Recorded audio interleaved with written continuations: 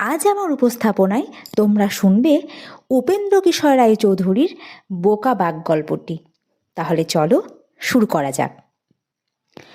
এক রাজার বাড়ির কাছে এক শিয়াল থাকত। রাজার ছাগলের ঘরের পিছনে তার একটা গর্ত ছিল।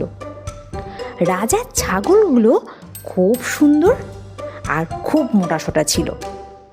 তাদের দেখলে শিয়ালের ভারী খেতে ইচ্ছে হতো, কিন্তু রাজার রাখালকুলির ভয়ে তাদের কাছে আসতে পারত না। তখন শিয়াল তার গর্তের ভিতর থেকে খুঁড়তে আরম্ভ করলো।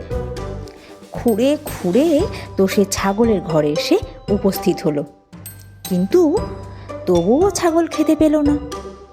রাখালের দল তখন সেখানে বসেছিল। তারা শিয়ালকে দেখতে পেয়েই ধরে বেঁধে ফেলল। তারপর তাকে খোঁটায় বেঁধে রেখে তারা চলে গেল। যাওয়ার সময় বলে গেল, কাল এটাকে নিয়ে সকলকে তামাশা দেখাবো, তারপর মারব। আজ রাত হয়ে গেছে। রাখালেরা চলে গেছে। শিয়াল মাথা হেঁট করে বসে আছে। এমন সময় এক বাঘ সেখান দিয়ে যাচ্ছে। শিয়ালকে দেখে বাঘ ভারী আশ্চর্য হয়ে বললে, কি ভাগ্নে, এখানে বসে কি করছো? শিয়াল বললে, বিয়ে করছি। বাঘ বললে, তবে কোণে কোথায়, লোকজন কোথায়? শিয়াল বললে, কোণে তো রাজার মেয়ে, লোকজন তাকে আনতে গেছে। বাঘ বললে, তা তুমি বাধা কেন? শিয়াল বললে, আমি কিনা বিয়ে করতে চাইনি, তাই আমাকে বেঁধে রেখে গেছে, পাছে আমি পালাই। বাঘ বললে, সত্যি সত্যি তুমি বিয়ে করতে চাচ্ছ না? শিয়াল বললে, সত্যি মামা, আমার বিয়ে করতে একটুও ইচ্ছে হচ্ছে না। তা শুনে বাঘ ভারী ব্যস্ত হয়ে বললে, তবে তোমার জায়গায় আমাকে বেঁধে রেখে তুমি চলে যাও না।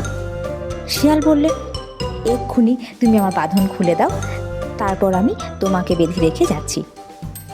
তখন বাঘের আনন্দ দেখে কে, সে অমনি এসে শিয়ালের বাঁধন খুলে দিল। শিয়ালও আর দেরি না করে তাকে ভালো মতো খোঁটায় বেঁধে বললে, এক কথা মামা, তোমার শালারা এসে তোমার সঙ্গে হাসি তামাশা করবে, তাতে তুমি চটো না। বাঘ বললে, আরে না, তাতে আমি চটি? আমি বুঝি এতই বোকা। এ কথায় শিয়াল হাসতে হাসতে চলে গেল। বাঘ ভাবতে লাগলো, কখন কোণে নিয়ে আসবে। সকালবেলায় রাখালের দল এসে উপস্থিত হলো। বাঘ তাদের দেখে ভাবলো, এই আমার শালারা এসেছে, এক্ষুনি হয়তো ঠাট্টা করবে, আর তাহলে আমাকে খুব হাসতেও হবে। রাখালেরা এসেছিল শিয়াল মারতে। এসে দেখলে বাঘ বসে আছে। অমনি তো ভারী একটা হইচই পড়ে গেল। কেউ কেউ পালাতে চায়, কেউ কেউ আবার তাদের থামিয়ে বললে, আরে বাধা রয়েছে, দেখছিস না, ভয় কি, কুড়ুল খন্তা বল্লম নিয়ে আয়। তখন একজন একটা মস্ত ইঁট এনে বাঘের গায়ে ছুঁড়ে মারল। তাতে বাঘ বললে, হি হি হি হি হি হি হি। আর একজন একটা বাঁশ দিয়ে গুঁতো মারলে, আর একজন একটা বল্লম দিয়ে খোঁচা মারলে। তাতে বাঘ বললে, উহু হু হো হো হো হো হো, বুঝেছি তোমরা আমার শালা। আবার তারা বল্লমের খোঁচা মারলে। তাতে বাঘ বেজায় রেগে বললে, দূর তোর, এমন ছাই বিয়ে আমি করব না, বলে সে দড়ি ছিঁড়ে বনে চলে গেল। বনের ভিতরে এক জায়গায় করাতিরা করাত দিয়ে কাঠ চিরত। একটা মস্ত কাঠ আধখানা চিড়ে রেখে সেইখানে গোঁজ মেরে করাতিরা চলে গিয়েছে। এই সময় বাঘ বনের ভিতরে এসে দেখলো শিয়াল সেই আধ চেরা কাঠখানার উপর বিশ্রাম করছে। শিয়াল তাকে দেখেই বললে, কি মামা, বিয়ে কেমন হলো? বাঘ বললে, না ভাগ্নে, ওরা বড্ড বেশি ঠাট্টা করে, তাই আমি চলে এসেছি। শিয়াল বললে, তা বেশ করেছ, এখন এসো দুজনে বসে গল্প সল্প করি। বলতেই বাঘ লাফিয়ে কাঠের উপরে উঠেছে আর বসেছে ঠিক যেখানটায় কাঠটা খুব হাঁ করে আছে সেইখানে। তার লেজটা সেই ফাঁকের ভিতর ঢুকে ঝুলে রয়েছে। শিয়াল দেখলে যে এবারে কাঠ থেকে গোঁজটি খুলে নিলে বেশ তামাশা হবে। সে বাঘকে নানান কথায় ভোলাচ্ছে আর একটু একটু করে গোঁজটিকে নাড়ছে।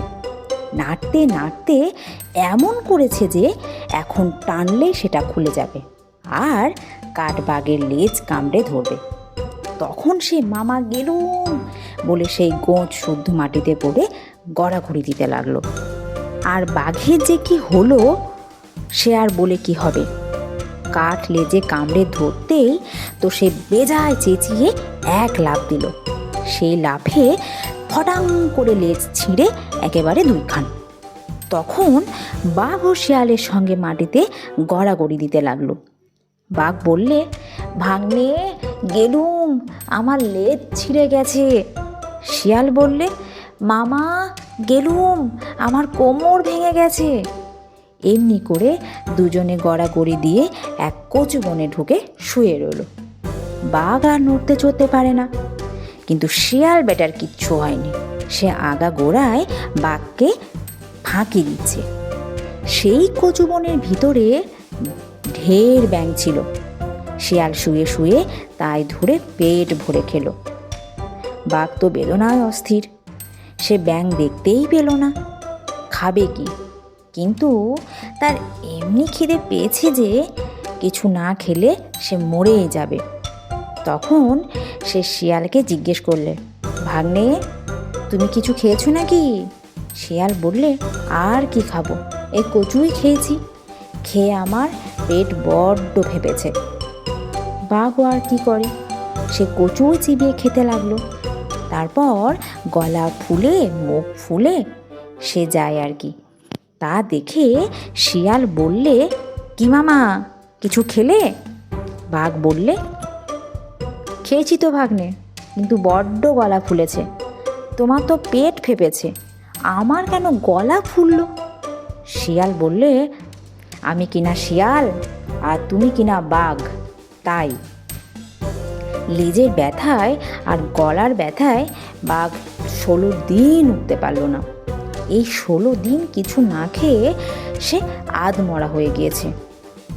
এমন সময় সে দেখলে যে শিয়াল গা ঝাড়া দিয়ে উঠে দিব্যি চলে যাচ্ছে।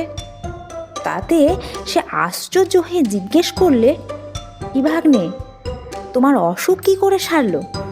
শিয়াল বললে, মামা একটি ভারী চমৎকার ওষুধ পেয়েছি।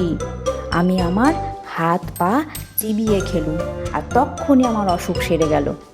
তারপর দেখতে দেখতে নতুন হাত পা হলো। বাঘ বললে, তাই নাকি? তবে আমাকে বলনি কেন? শিয়াল বললে, তুমি কি আর তোমার হাত পা চিবিয়ে খেতে পারবে? তাই বলিনি।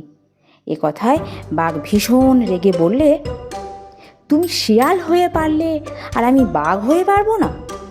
শিয়াল বললে, তুমি দুটো ঠাট্টার ভয়ে অমন বিয়েটা ছেড়ে এলে। এখন যে হাত পা চিবিয়ে খেতে পারবে তা আমি কি করে জানবো? তখন বাঘ বললে, পারি কি না এই দেখো, বলে সে নিজের হাত পা চিবিয়ে খেলো। তারপর 3-4 দিনের মধ্যেই ভয়ানক ঘা হয়ে মারা গেল। আশা করি আজকের গল্প তোমাদের ভালো লেগেছে। তোমরা যদি বিভিন্ন ধরনের গল্প বা কবিতা শুনতে ভালোবাসো তাহলে আমার চ্যানেলটিকে অবশ্যই সাবস্ক্রাইব করবে এবং শেয়ার করবে বন্ধুদের সাথে। ধন্যবাদ।